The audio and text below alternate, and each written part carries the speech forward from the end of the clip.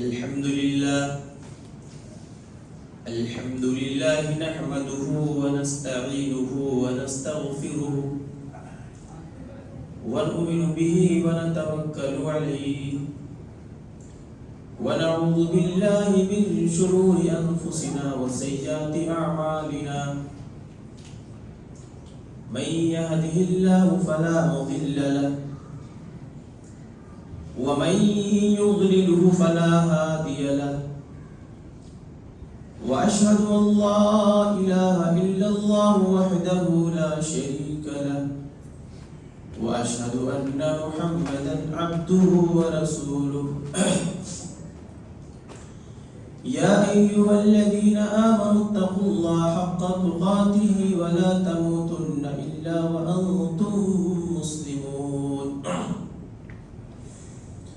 يا أيها الناس اتقوا ربكم الذي خلقكم من نفس واحدة وخلق منها زوجها وبث منهما رجالا كثيرا ونساء واتقوا الله الذي تساءلون به والأرحام إن الله كان عليكم رقيبا يا أيها الذين آمنوا اتقوا الله وقولوا قولا سديدا يصلح لكم أعمالكم ويغفر لكم ذنوبكم ومن يطع الله ورسوله فقد فاز فوزا عظيما أما بعد فإن خير الحديث كتاب الله وخير الهدي هدي محمد صلى الله عليه وسلم وشر الأمور محدثاتها وكل محدثة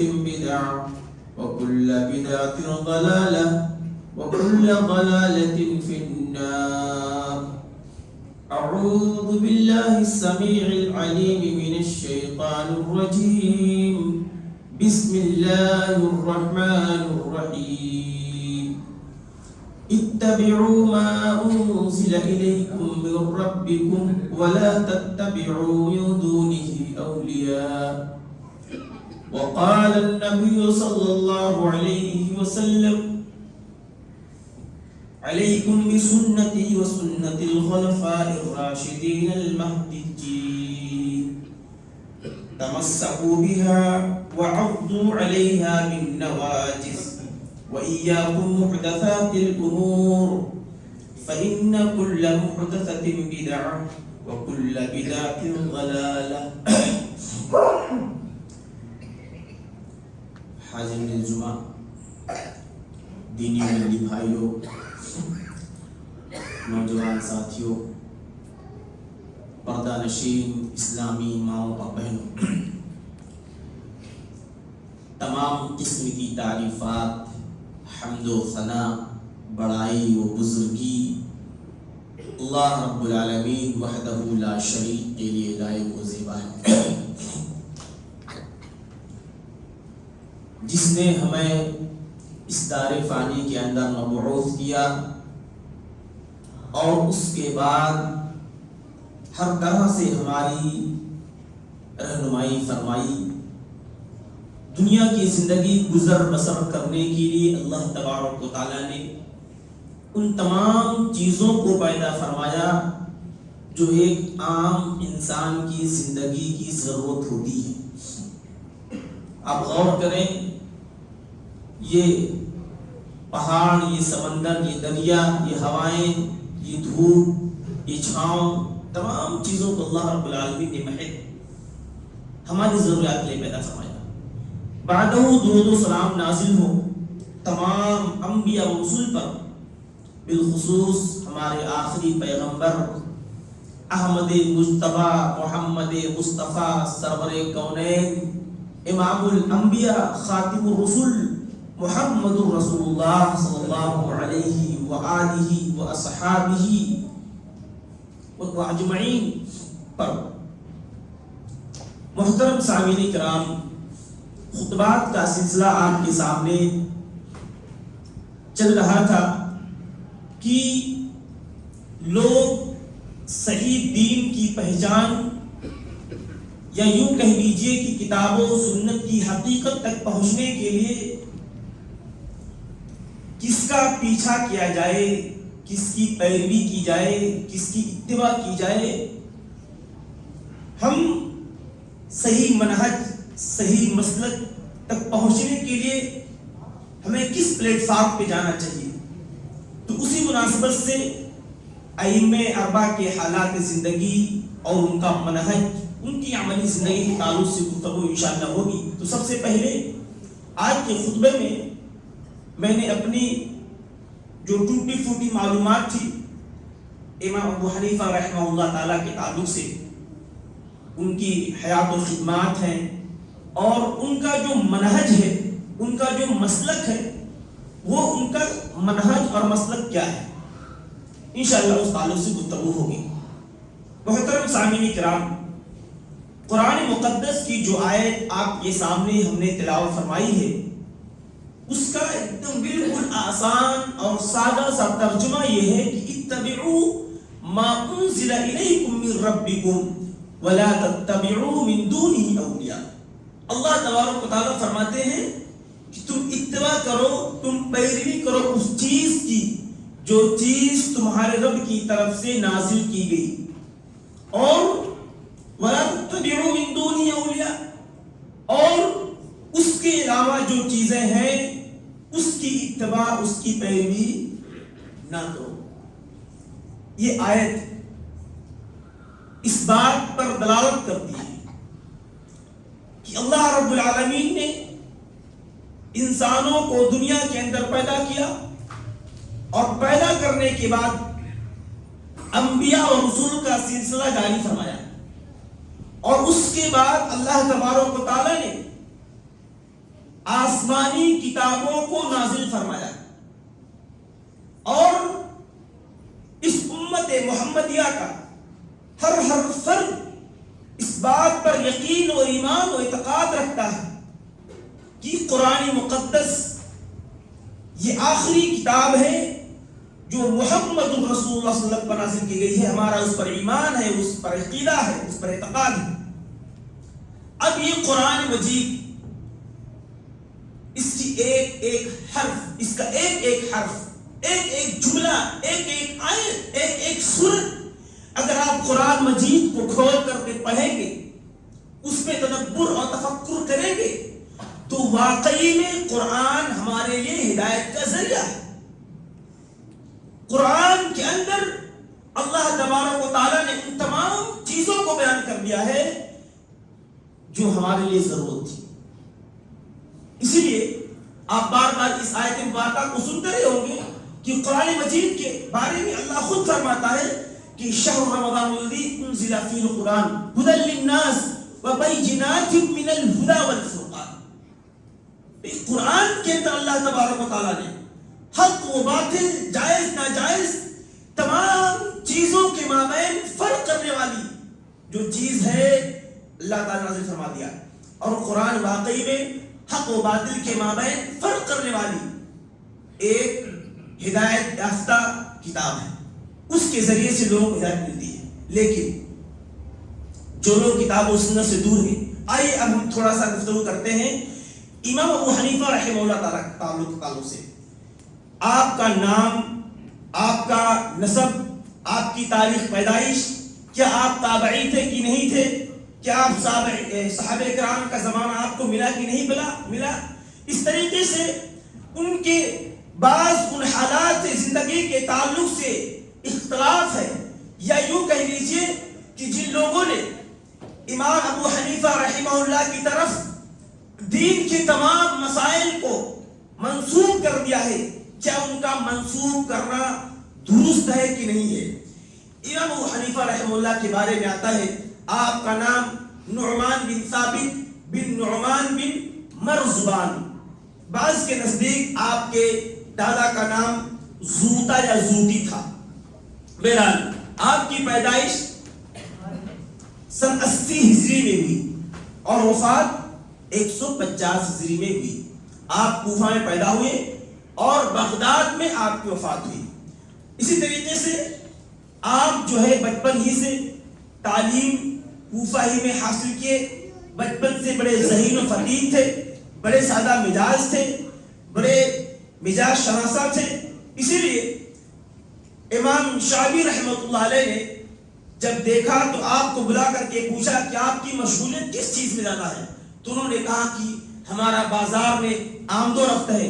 تو کہا بھائی آپ ذہین و فطین ہیں, آپ دانش مند, عقل و دانش مندی آپ پر ظاہر ہے, آپ کے لیے ضروری ہے کہ آپ علم دین حاصل کریں. تو بہرحال اس وقت سے انہوں نے علم دین کے حصول میں لگ گئے.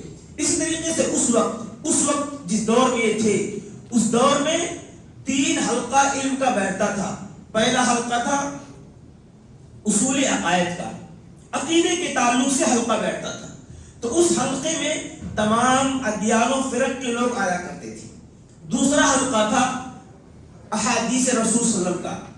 تو اس وقت جن لوگوں کو حدیث شغف تھا وہ لوگ اس حلقے میں آیا کرتے تھے. تیسرا جو دور تھا, تیسرا جو درس تھا حلقے کا, وہ یہ تھا کہ کتاب و سنت کی روشنی میں فقہی و علمی احکام و مسائل کا استنباط تھا. امام محمد یوسف رحمہ اللہ اپنے استاذ خاص امام ابو حنیفہ سے پوچھتے ہیں کہ آپ کو فقہ سے دلچسپی کیوں ہوئی, یا فقہ کا علم آپ کو کہاں سے ملا؟ تو انہوں نے کہا کہ دیکھیے کہ جب میں نے ان تینوں حلقوں پر غور کیا تو عقائد کے تعلق سے ہمارا عقیدہ مضبوط ہے. عقیدے میں ہم اللہ کی ربوبیت, ان کی الوہیت اور اس کے اسماء و صفات کا ہم دل سے اقرار کرتے ہیں. ہمیں اس کی ضرورت نہیں تھی. اگر ہم عقائد کے حلقے میں بیٹھتے تو باقی جو مسائل تھے ان مسائل میں ہم علم حاصل نہ کر پاتے. اس کے بعد انہوں نے نحو, صرف, ادب, شعر و شاعری تمام چیزوں پر غور کیا. تو ان کو لگا کہ اگر ہم فقہی مسائل میں علم حاصل کرتے ہیں تو اس سے ہم قوم کے ان تمام مسائل کا حل پیش کر سکتے ہیں جس میں لوگ الجھے ہوئے رہتے ہیں. تو اس طریقے سے ان کو فقہ میں شغف حاصل ہوا اور وہاں سے انہوں نے فقہ کا علم حاصل کیا. یہ بات برحق ہے کہ امام ابو حنیفہ رحمۃ اللہ علیہ کو حدیث کا بڑا کم علم تھا. حدیث ان تک بہت معمولی سی پہنچی تھی, لیکن واقعی میں ایک عظیم شخصیت تھی, عقل مند, دانش مند, سادہ مزاج, ذہین و فطین کے ماہر تھے. اس لیے انہوں نے فقہ میں حصہ لیا. اور ایک فقیہ کے لیے ضروری ہے کہ وہ کتاب و سنت سے مسائل کو کس طریقے سے مستنبط کیا جاتا ہے, مسائل کو کس طریقے سے حل کیا جاتا ہے, ایک عام انسان کے بس کی بات نہیں ہے. بہرحال تجارت ان کا مشغلہ تھا. کافی کپڑوں کے بڑے تاجر تھے, مالدار تھے, امانت دار تھے, دیانت دار تھے, عبادت گزار تھے, اور خوف الہی, خشیت الہی کوٹ کر ان کے رگوں میں بھری ہوئی تھی. امانت داری کی مثال ہے, ایک خاتون ان کی دکان پر ریشم کا کپڑا بیچنے کے لیے آئی تو صاحب دکان امام ابو حنیفہ نے پوچھا کہ آپ اس کپڑے کی کیا قیمت چاہتی ہیں؟ اس عورت نے کہا کہ ایک سن 100 دینار یا 100 درہم. انہوں نے کہا کہ نہیں, اس کی قیمت اور ہے. اس عورت نے 200 کہا, 300 کہا, 400 کہا. اس کے بعد وہ عورت ہنسنے لگی. امام ابو حنیفہ نے کہا اس کی قیمت اور ہے. اس پر وہ عورت ہنسنے لگی اور کہنے لگی آپ میرا مذاق اڑاتے ہیں. انہوں نے کہا نہیں, آپ بازار سے کسی امانت دار آدمیوں کو لے کر کے آئیے اور میں اس کپڑے کا بھاؤ لگاتا ہوں. وہ عورت بازار گئی اور ایک آدمی کو لے کر کے آئی. وہ آدمی آیا, اس کے سامنے امام ابو حنیفہ رحمہ اللہ نے کہا کہ آپ جو کپڑا ہمارے دکان پر بیچنے کے لیے آئے ہیں اس کی قیمت 500 دینار یا درہم ہے. اس پر عورت خوش ہوئی. ایک دیانتدار شخص, آپ بتائیے آج کے اس پرفتن دور میں, اس بیمان دور میں, جھوٹ اور مکار دور میں, اگر کوئی آدمی قیمتی سامان لے کر کے کسی دکان پر جائے, کسی دکاندار کے پاس جائے اور کہے کہ صاحب میرا فلاں سامان لے کر کے مجھے اس کا مناسب قیمت دے دیجئے, تو آدمی کیا مناسب قیمت دے سکتا ہے؟ ہرگز نہیں دے گا. یہ دنیا جھوٹ اور مکار سے بھری پڑی ہے, بیمانوں سے بھری پڑی ہے. یہ امانت داری ان کے ہاں پائی جاتی تھی, اللہ کا خوف تھا ان کے ہاں. اس طریقے سے مختصر بھی جان لیجیے, امام ابو حنیفہ رحمہ اللہ مناظرے کے بڑے شوق تھے, بحث و مباحثہ, جدل و مناظرے کے بڑے شوق تھے. ایک بار دہریوں سے انہوں نے مناظرہ کیا. انہوں نے کہا کہ ایک سمندر کے اندر کشتی پر کچھ سامان لگا ہوا ہے اور اس کشتی کو چلانے والا کوئی نہیں ہے. کشتی موجوں کے درمیان ٹھاٹھے مار رہی ہے. آپ بتائیے کیا آپ یقین کریں گے کہ وہ کشتی ان موجوں کے درمیان سے سمندر کی ساحل تک پہنچ جائے گی؟ دہریوں نے کہا ایسا ہرگز نہیں ہو سکتا. بغیر کسی ملاح کے، کشتی کو چلانے والے کے، بغیر وہ کشتی جو سامان سے لدی بھری پڑی ہے وہ سمندر کے موجوں اور اس کی ٹھاٹھوں کے درمیان سے ساحل سمندر تک نہیں پہنچ سکتی. امام ابو حنیفہ رحمہ اللہ مسکرائے اور آپ نے کہا واہ، کیا آپ نے جواب دے دیا. خلاق عالم، اس کائنات کا بنانے والا، اس کائنات کا پیدا کرنے والا، ہم کو روزی دینے والا، ہماری موت و حیات کا مالک کوئی نہ کوئی ضرور ہے. ایک معمولی سی کشتی جو سامان سے بھری پڑی ہے، جب وہ از خود ساحل سمندر تک نہیں جا سکتی تو اتنی بڑی کائنات، اتنی بڑی دنیا کا چلانے والا کوئی نہ کوئی ضرور ہوگا. اسی طریقے سے مناظرے کے تعلق سے باتیں الحمدللہ اللہ رب العالمین کے فضل سے اللہ نے انہیں اتنا ذہانت دے رکھی تھی کہ اچھوں کی زبان کو یہ ثابت کر دیا کرتے تھے.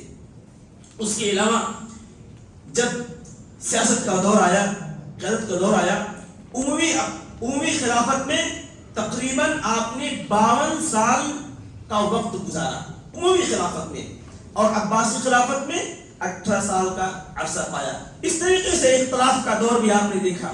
اب آئیے امام ابو حنیفہ رحمہ اللہ کے تعلق سے وہ باتیں بتلانا ضروری سمجھتا ہوں کہ جو لوگ امت کے اندر امام ابو حنیفہ رحمہ اللہ کے تعلق سے ان باتوں کو جو ان کی طرف سے منسوب نہیں ہے ان کی طرف منسوب کرتے ہیں. بعض لوگوں نے امام ابو حنیفہ رحمہ اللہ کو تابعی کہا ہے، لیکن اس کے بارے میں اختلاف ہے کہ وہ تابعی تھے کہ نہیں تھے. بعض لوگوں نے انہیں حافظ قرآن کہا ہے، اس میں بھی اختلاف ہے کہ وہ حافظ قرآن تھے کہ نہیں تھے.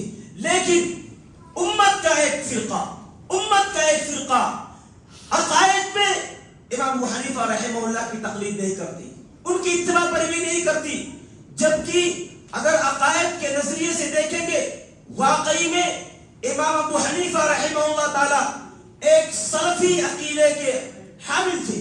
ان کا عقیدہ اللہ رب العالمین کی ربوبیت کے تعلق سے، الوہیت کے تعلق سے، اسماء و صفات کے تعلق سے، حتیٰ کہ اللہ رب العالمین کہاں موجود ہے اس کے تعلق سے ان کا عقیدہ بالکل واضح اور صاف ستھرا تھا. جیسا کہ امام مالک سے کسی نے استوا کے بارے میں سوال کیا، الاستوا معلوم والکیف مجہول والایمان به واجب والسؤال عنه بدعہ. اسی طریقے سے امام ابو حنیفہ رحمہ اللہ بھی کہتے ہیں کہ اللہ رب العالمین عرش پر مستوی ہے. بعض علماء، اس سے پہلے میں نے ان علماء کا نام لیا تھا جو لوگ صاف طریقے سے کہتے ہیں کہ عقائد میں امام ابو حنیفہ رحمہ اللہ کی ہم تائید نہیں کرتے، پیروی نہیں کرتے، تقلید نہیں کرتے، لیکن جزئی مسائل میں، فروعی مسائل میں، اختلافی مسائل میں ہم ان کی پیروی کرتے ہیں. آپ بتا دیجئے ابھی حال میں رمضان گزرا ہے، رمضان کے مہینے میں صدقۃ الفطر کے تعلق سے امت کے اندر جو اختلاف پیدا ہے، اللہ کے نبی جناب محمد صلی اللہ علیہ وسلم فرماتے ہیں کہ زکوٰۃ الفطر فرض ہے روزداروں کے لیے. لغو ہے، رفث ہے، بے حیا بیجا لغو باتیں ہیں، ان کو دور کرنے کے لیے، اس سے پاک ہونے کے لیے آپ نے فرمایا کہ طعمۃ للمساکین، مسکین کے لیے کھانا ہے. اور جو شخص زکوٰۃ الفطر کو نماز سے پہلے ادا کرتا ہے تو گویا مقبول ہے، اور جو لوگ زکوٰۃ الفطر کو نماز کے بعد ادا کرتے ہیں تو گویا وہ عام صدقہ ہے. اس مسئلے کو لے لیجیے، اس مسئلے کے اندر امت میں کتنا اختلاف ہے، لیکن حدیث کے اندر صاف الفاظ میں واضح الفاظ میں وارد ہے کہ زکوٰۃ الفطر صرف اور صرف ہم غلہ سے ادا کریں گے. اگر میں مان لیتا ہوں کہ امام ابو حنیفہ رحمہ اللہ اپنے اجتہاد سے اگر آپ نے کہہ دیا کہ ہم زکوٰۃ الفطر پیسے کی شکل میں ادا کریں گے تو کیا آپ مان لیں گے؟ ہم ان کی شخصیت قائل ہیں، ان کا ادب و احترام کرتے ہیں، وہ ایک باذوق، عبادت گزار، امانت دار، دیانت دار شخص تھے، اس کے ہم قائل ہیں۔ لیکن یاد رکھو، جب دین کی بات آ جائے گی، شریعت کی بات آ جائے گی، کتاب اللہ سنت رسول کی بات آ جائے گی تو ہم گردن کٹا دیں گے، لیکن کسی کے سامنے اپنا سر نہیں جھکائیں گے۔ امام ابو حنیفہ رحمہ اللہ کی ایک ایک بات پر آپ غور کریں گے، ان کی حالات زندگی کو آپ پڑھیں گے تو آپ نے کہیں نہیں کہا کہ میری امت کے لوگوں، میری جماعت کے لوگوں، میری طرف اپنی نسبت کرنے والوں سن لو، میری تقلید کرنا، یہ تمام مسائل کو میری طرف منسوخ کرنا، ایسا آپ نے کہیں نہیں کہا ہے۔ آئیے تھوڑا ان کے امام حنیفہ رحمہ اللہ کے تعلق سے ان باتوں کو میں ذکر کرتا ہوں۔ ان کی اپنی زبانی وہ باتیں ہیں کہ انہوں نے کہا ہے کہ اذا صح الحدیث فهو مذہبی، صحیح حدیث آ جائے وہی میرا مذہب ہے۔ انہوں نے کہا ہے کہ دین کے احکام و مسائل میں ہم نے اجتہاد سے کام لیا، لیکن انہوں نے کہا کہ جب ہماری بات قول اللہ کی کتاب سے، رسول کی قول سے، صحابہ کے اقوال سے ٹکرا جائے، ہماری بات مخالفت کر جائے تو ہماری بات کو ترک کر دو اور کتاب اللہ کو، سنت رسول کو، صحابہ کے اقوال کو لے لو۔ یہ ان کا اپنا قول ہے۔ کہاں ہیں وہ لوگ؟ نکل کر آئے میدان میں، کتاب اللہ سے مقابلہ کرنا چاہتے تو میں تیار ہوں، سنت رسول سے مقابلہ کرنا چاہتے تو میں تیار ہوں، صحابہ کے اقوال سے مقابلہ کرنا چاہتے تو میں تیار ہوں، لیکن دین کے معاملے میں تقلید جائز نہیں ہے، اندرختی جائز نہیں ہے۔ کسی ائمہ نے، کسی امام نے تقلید کو بالکل جائز قرار نہیں دیا ہے، اور نہ انہوں نے کہا کہ میں تقلید کرنا کیوں؟ اگر تقلید دین میں جائز ہوتی تو کیا ضرورت تھی نبی کو بھیجنے کی؟ کیا ضرورت تھی صحابہ نبی کی اتباع کرتے پہلے نہیں کرتے؟ یہ بات بڑا مشہور ہے، یہ مسئلہ بڑا مشہور ہے کہ عبداللہ بن عمر رضی اللہ تعالی عنہ سے جب لوگوں نے حج تمتع کے بارے میں سوال کیا تو کہا حج تمتع اللہ کے نبی نے اجازت دیا ہے۔ لوگوں نے کہا کہ آپ کے والد صاحب نے منع فرمایا، تو کہا کہ میرے لوگوں، میرے ساتھیوں، ہمیں نبی کی بات چھوڑ کر ہمارے والد صاحب کی بات کی طرف ہمیں ترجیح دیتے ہو۔ آپ غور کیجیے کہ عمر رضی اللہ تعالی عنہ کیا تھی، جبکہ اللہ کے نبی صلی اللہ علیہ وسلم نے فرمایا کہ ابو بکر اور عمر کی اتباع کرو، لیکن جب دلائل مل جائے، شریعت کا اصول مل جائے، اللہ کے کلام سے باتیں آ جائیں، نبی کی طرف سے باتیں مل جائیں، صحابہ کا طرز مل جائے، تو پھر ہم دنیا کا کوئی شخص ہو، کتنا بڑا شخص ہو، کتنی عظیم شخصیت ہو، کتنا مالدار آدمی ہو، ہمیں یہ نہیں دیکھنا ہے، ہمیں اتباع کرنا ہے تو کتاب اللہ، سنت رسول اور صحابہ کے اقوال کی۔ امام ابو حنیفہ تابعین میں سے بعض ایسے تابعین تھے جو تقلید کو ناپسند کرتے تھے۔ آپ لوگ تھوڑا سا آگے آ جائیے، لیکن پیچھے آنے والوں کو دقت بار بار ہوتی ہے۔ آپ لوگ تھوڑا آگے آئیے، صفوں کے اندر بہت ساری جگہ خالی ہیں۔ تابعین میں سے سیدنا ابو الوائل شفیق بن سلمہ فرماتے ہیں ایاکم مجالسہ من یقول ارائیتا ارائیتا، ایسی مجلسوں سے بچو جن مجلسوں میں دین کے معاملے میں یہ کہا جائے تمہاری کیا رائے ہے، تمہارا کیا خیال ہے، ایسی مجلسوں میں جانے سے بچو۔ اسی طریقے سے امیر المومنین خلیفہ راشد عمر بن عبد العزیز رحمہ اللہ فرماتے ہیں لا رأی لأحد مع سنت سنہا رسول اللہ صلی اللہ علیہ وسلم، رسول صلی اللہ علیہ وسلم کی سنت کے آگے کسی کی رائے کی کوئی اہمیت نہیں ہے۔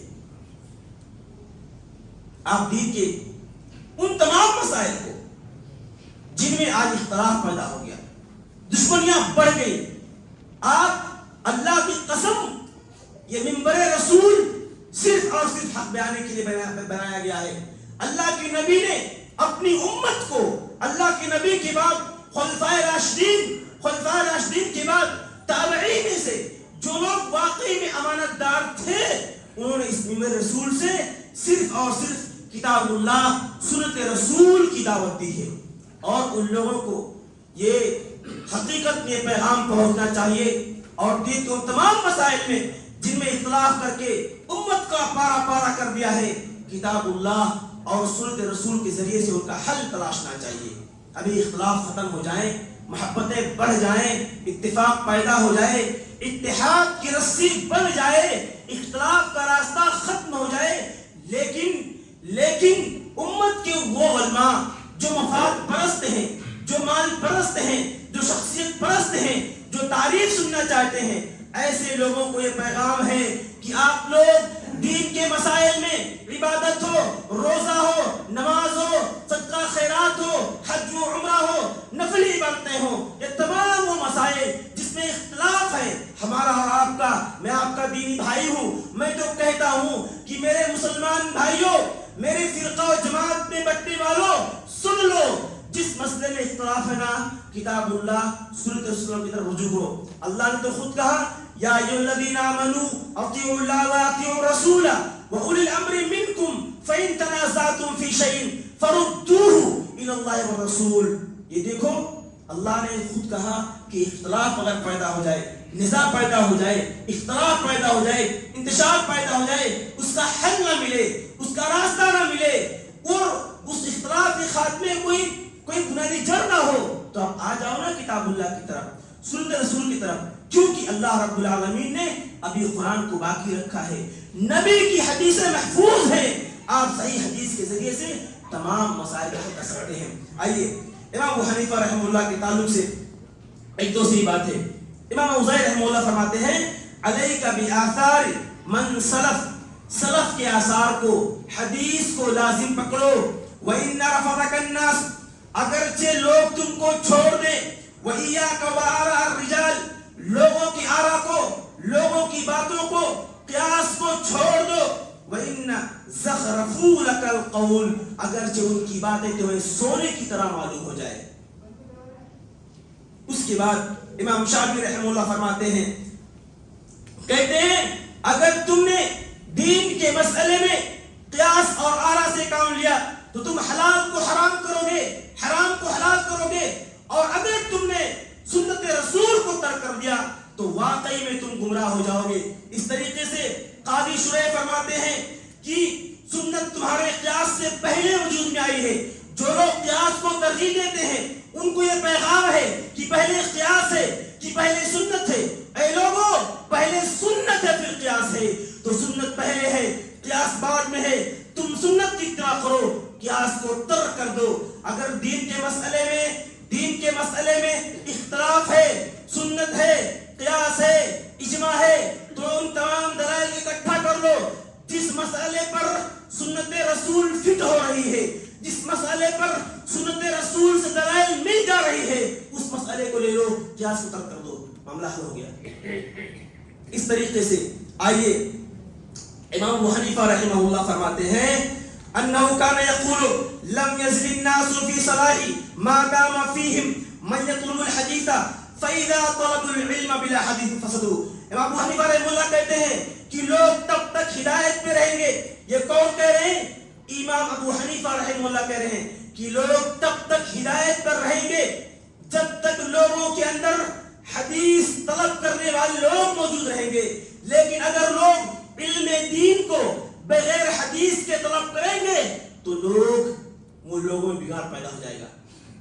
آپ لوگ یہاں کے بیٹھ جاؤ، آپ لوگ یہاں کر کے بیٹھ جاؤ خاموش سے۔ اس طریقے سے امام ابو حنیفہ رحمہ اللہ کا دوسرا قول یہ ہے، کہتے ہیں انه كان يقول اياكم والقول في دين الله تعالى بالرأي وعليكم باتباع السنة فمن خرج عنها ضل۔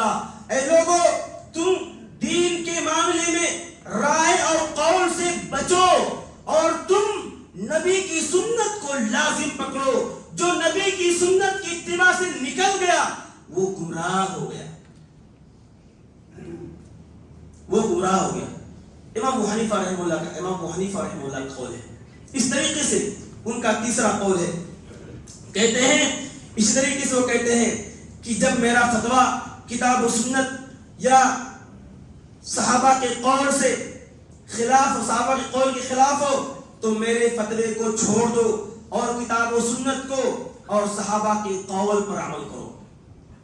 اسی طریقے سے امام ابو حنیفہ رحمہ اللہ کا 5واں قول یہ ہے، کہتے ہیں اذا صح الحدیث فهو مذہبی، صحیح حدیث میرا مذہب ہے۔ ان کا 6واں قول یہ ہے، کہتے ہیں کہ حدیث سر آنکھوں پر، حدیث سر آنکھوں پر۔ اس طریقے سے قول صحابہ کو بھی پسند کرتے ہیں، اور جو ان کے بعد ہیں وہ محض آدمی ہیں، اور میں بھی ایک آدمی ہوں۔ ان کے پاس حدیث نہیں آئی تھی، وہ کپڑے کی بڑے تاجر تھے، وہ قیاس سے کام کرتے تھے، رائے سے کام کرتے تھے، لیکن ان کا یہ اپنا ذاتی قول ہے کہ دین کے جس مسئلے میں ہماری رائے کتاب اللہ سنت رسول سے ٹکرا جائے تو ہماری رائے کو چھوڑ دو، کتاب اللہ سنت رسول کو لے لو۔ کیوں؟ اللہ رب العالمین قیامت کے دن کسی امام کے قول اور بات اور اس کے رائے پر جنت جہنم کا فیصلہ نہیں کریں گے، بلکہ اللہ تم سے یہ پوچھیں گے کہ تمہارے درمیان ہماری مقدس کتاب نازل کی گئی تھی، تمہارے درمیان مقدس رسول بھیجے گئے تھے، تمہارے درمیان اس مقدس رسول کے صحابہ موجود تھے، تم نے ان تینوں کو چھوڑ کر کے فلاں کے قول کو لے لیا، فلاں کی بات کو لے لیا، فلاں کے رائے کو لے لیا۔ ورنہ اگر دین رائے پر ڈیپینڈ ہوتا، دین میں تقلید ہوتی، دین میں رائے ہوتا، تو علی رضی اللہ تعالیٰ عنہ نے کہا تھا کہ پیر کے مسح میں تالو پر مسح کیا جائے، اوپر نہ مسح کیا جائے۔ ان کی بات صحیح ہے، لیکن شریعت کہتی ہے کہ پیر کے اوپر مسح کیا جائے۔ اتنے بڑے امام ہیں، خلیفہ راشد ہیں، اللہ کے نبی کے داماد ہیں، فاتح خیبر ہیں، ان کی بات کیوں چھوڑ دی گئی، کیوں نہیں لے گی؟ ایسے ہی بہت سارے دین کے مسئلے میں آپ اٹھائیے تو کتاب، آپ پڑھیے تو پہلے اپنے عقل کے پردے کو کھولیے، دماغ کو اس باؤنڈیشن کو کھول دیجئے کہ ہر مسئلہ فلاں نے کہا، ہر مسئلہ میں فلاں کی تاکید، ہر مسئلہ فلاں کے ہی کہنے پر عمل کریں گے۔ لوگوں، اگر دین میں آپ ایک بار بتائیے، امام ابو حنیفہ رحمہ اللہ، امام شافعی رحمہ اللہ، امام مالک رحمہ اللہ، امام احمد بن حنبل رحمہ اللہ، اگر واقعی میں چاروں امام برحق ہیں تو میں آپ کے سامنے دین کا وہ مسئلہ پیش کرتا ہوں جس میں صرف ایک امام کی بات کتاب اللہ سنت رسول سے ملتی ہے، باقی تین امام کی بات کتاب اللہ سنت رسول کی مخالف ہے۔ تو کیا اگر آپ یہ کہتے ہیں کہ چاروں امام برحق ہیں تو میں کہتا ہوں کہ کتاب اللہ سنت رسول کے موافق جس امام کی بات رہے گی اسی امام کی بات مانی جائے گی۔ کیا دین میں امام کی اتباع ضروری ہے؟ کیا دین میں امام کی اتباع پیروی ضروری ہے؟ اللہ رب العالمین نے تو کہا قل ان کنتم تحبون اللہ فاتبعونی یحببکم اللہ ویغفر لکم ذنوبکم واللہ غفور رحیم۔ اللہ نے تو نبی سے محبت کی نشانی بتلائی ہے کہ نبی کی پیروی کرو۔ پھر ہم اماموں کے پیچھے کیوں بھاگے پڑے ہیں؟ کیا امام کا مقام نبی سے بڑھ کر ہے؟ کیا امام پر کوئی وحی نازل ہوئی؟ کیا امام کے بارے میں ہے کہ وہ جنت میں جائیں گے؟ کیا امام آپ کو جنت میں لے کے جائیں گے؟ پھر ہم امام کی پیروی میں اتنا غلو کیوں کرتے ہیں؟ اپنی نسبت آپ شافعی ہیں، آپ مالکی ہیں، آپ حنبلی ہیں، آپ حنفی ہیں، میں کہتا ہوں میں محمدی ہوں۔ میں نہیں کہتا میں امام ابو حنیفہ کی طرف اپنی نسبت کرتا ہوں۔ کیوں؟ ہمیں وہ حساب نہیں دینا۔ فرشتے قبر میں پوچھیں گے ماذا تقول ھذا الرجل الذی بعث فیکم، نبی کے بارے میں سوال ہوگا، امام کے بارے میں سوال نہیں ہوگا۔ ابھی تراویح کا مسئلہ تھا، عمر رضی اللہ تعالی عنہ نے تمیم داری ابی بن کعب رضی اللہ تعالی عنہ کو باقاعدہ حکم دیا کہ آپ تراویح 11 رکعت پڑھو۔ اگر دین کے اس مسئلے میں جس میں کتاب اللہ سنت رسول نہ ہو، پھر آپ دیکھیں گے امام کی اطاعت ضروری ہے۔ اگر ہمارا امام، ہمارا امیر، ہمارا لیڈر اگر دین کی مسئلے میں کتاب اللہ سنت رسول سے گفتگو کرتا ہے تب اس کی بات مانیں گے۔ لیکن کتنا بڑا امام ہو، جیسا کہ عبداللہ بن عمر رضی اللہ تعالیٰ عنہ کی بات بڑی مشہور ہے حج تمتع کے بارے میں، اور اللہ رب العالمین نے عمر رضی اللہ تعالیٰ عنہ کے متعلق ان کی زبان، ان کے الفاظ کے موافق اللہ نے قرآن کی آیت نازل کر دی، پھر ہم ان کی اتباع نہیں کر پاتے، ان کی پیروی نہیں کرتے دین کے مسئلے میں۔ اگر ان کی بات کتاب اللہ سے ٹکرا جاتی ہے تو اللہ کی کتاب کی بات لیتے، ان کی بات نہیں لیتے۔ ان کے سگے لڑکے نے حج تمتع کے بارے میں کہا کہ نبی نے حج تمتع کا حکم دیا، تو حج تمتع نبی کا حکم ہے، نبی کا فرمان ہے، سنت ہے، تو ہم نبی کی اتباع کریں گے، اپنے ابا کی اتباع نہیں کریں گے۔ اور اس کے بعد کی جو ادوار ہے، جیسا کہ امام ابو حنیفہ نے خود کہا، کتاب اللہ، سنت رسول اور صحابہ کا اقوال یہ برحق ہے۔ اس کے بعد کے جو لوگ ہیں وہ عام آدمی ہیں، وہ محض آدمی ہیں، اور میں بھی انہیں آدمیوں سے ایک ہوں۔ آئیے امام ابو حنیفہ کے چند اقوال اور دیکھ لیجیے۔ ان کا اپنا کہنا ہے، کہتے ہیں کہ حرام علی من لم یعرف دلیلی ان یفتی بکلامی، اے لوگوں جو اپنے آپ کو ابو حنیفہ کی طرف نسبت کرتے ہو رحمہ اللہ تعالیٰ کی طرف، ان کا کہنا ہے کہ جو شخص میرے دلیل کو جانے بغیر فتویٰ دے اس پر فتویٰ دینا حرام ہے۔ آئیے مقابلہ کر لیجئے ان باتوں سے۔ آپ عقائد میں ان کی تقلید نہیں کرتے، فروع میں تقلید کرتے ہیں، میں فروع کو چیلنج کرتا ہوں۔ ہم پیدا کیے گئے، ہم متبع بنائے گئے کتاب اللہ اور نبی کی سنت کی، اور اللہ رب العالمین نے کہا نا وَأَنَّ هَذَا صِرَاطِي مُسْتَقِيمًا فَاتَّبِعُوهُ وَلَا تَتَّبِعُوا السُّبُلَ فَتَفَرَّقَ بِكُمْ عَنْ سَبِيلِهِ۔ بھائی جو راستہ اللہ رب العالمین نے اپنے نبی کو بتلایا اور نبی نے وہ راستہ اپنے صحابہ کو بتلایا، صحابہ نے وہ راستہ تابعین کو بتلایا، اب یہ جو کڑی ہے نا، اس کڑی کے ذریعے سے اصل دین تک پہنچنا ہمارا مقصد ہے۔ میں کہتا ہوں کہ دین کسی مسئلے میں اختلاف ہو، آپ سیدھا جائیے اللہ کے نبی کے اتباع میں، اور اللہ کے نبی نے کہا تھا کہ جس پر میں ہوں میرے صحابہ ہیں وہ جنتی ہیں، اور ہمارا دور، صحابہ کا دور اور تابعی کا دور سب سے بہترین دور ہے۔ آپ ان ادوار سے دین کے مسئلے کا حل کیوں نہیں کر لیتے؟ اسی طریقے سے امام ابو حنیفہ رحمہ اللہ کہتے ہیں یہ نعمان بن ثابت کی رائے ہے اور ہمارے نزدیک یہ بہترین رائے ہے، لیکن جو اس سے بہترین رائے پیش کرے گا اس کی بات زیادہ درست ہے۔ امام ابو حنیفہ رحمہ اللہ کی نویں بات یہ ہے لا يحل لأحد ان يأخذ بقولنا ما لم يعلم من اين اخذناه، ایسے شخص کے لیے ہماری بات کو آنکھ بند کر کے لے لینا جائز نہیں ہے جب تک اس کو یہ نہ معلوم ہو جائے کہ امام ابو حنیفہ رحمہ اللہ نے اس بات کو کہاں سے لیا ہے۔ یہ ان کی نویں باتیں ہیں۔ ان تمام باتوں سے یہ خلاصہ نکلا، امام ابو حنیفہ رحمہ اللہ تعالی ایک دیانتدار، امانت دار، عبادت گزار، اللہ کے نیک بندے، خشیت الہی، خشیت اور خوف خدا ان کے دل کے اندر کوٹ کوٹ کر بھری تھی، اس کے باوجود اگر دین کے کسی مسئلے میں ان سے اجتہادی طور پر غلطی ہوئی ہے تو انہوں نے فوراً کہا ہے کہ ہماری بات کو دیوار پر مار دو، ہماری بات کو ترک کر دو، اللہ کی بات، رسول کی بات، صحابہ کی بات کو لے لو، اور یہ میری رائے ہے، میری رائے سے بہتر جن کی بات ہے ان کی بات لے لو۔ اس طریقے سے ان کے جو ہے بعض شاگردوں نے کہا کہ انما ناخذ بالرأي اذا لم نجد الاثر فاذا جاء الاثر تركنا الرأي ونعمل بالاثر، کہتے ہیں ہم رائے کو تب لیتے تھے جب ہمارے پاس حدیث نہیں ہوتی تھی، لیکن جب ہمارے پاس حدیث آ گئی تو ہم نے رائے کو ترک کر دیا۔ رائے کو ہم نے ترک کر دیا. لیکن ایسے لوگوں کے بارے میں قرآن مقدس کی 2-3 آیتیں پیش کرتا ہوں.